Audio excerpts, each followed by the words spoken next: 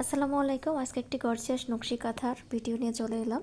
এই কাঁথাটির নাম স্বর্ণপুরী নকশি কাঁথা। এই নকশি কাঁথাটিতে আমরা মাল্টা কালারের সুতা ইউজ করে থাকি। তো অনেকেই টিউটোরিয়াল চান, আসলে সেভাবে দেওয়া সম্ভব হয় না।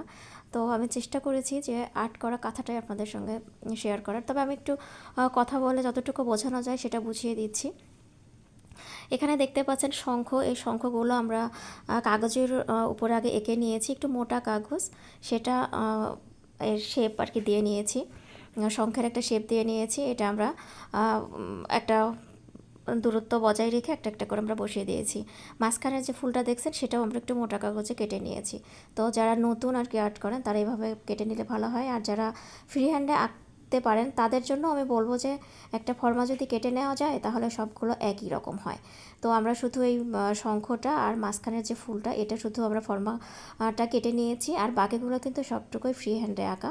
আর এগুলো ফ্রি হ্যান্ডে আঁকতেও তেমন সমস্যা হয় না, কারণ এগুলো অতটা যে সব একই মাপের হইতে হবে তা না। এই যে দেখতেই পাচ্ছেন এখানে কোনো এটাকে আসলে মাছের আঁশলে বলে থাকি, মাছের আঁশলের ক্যাটাগরিতেই এটা পড়ে।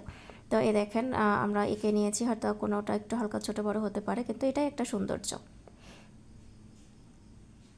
এই যে এখানে আর একটা বড় ফুল, এটারও কিন্তু আমরা ফর্মা গেছি, মোট 3টা ফর্মা এটাতে লাগে, আর বাকিগুলো সবে হাত দিয়ে আঁকতে হয়।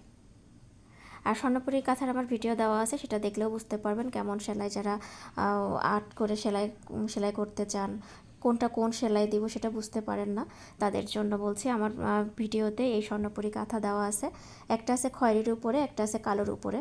তো যেটাই আপনাদের ইচ্ছা দেখতে পারেন, একই রকমের আছে। হয়তো কোনো জায়গায় একটু ফুলের একটু মিসিং থাকতে পারে, কারণ এক এক কাস্টমার এক এক রকমের চায়, তাদের ডিমান্ড অনুযায়ী আমাদের করে নিতে হয় আর কি।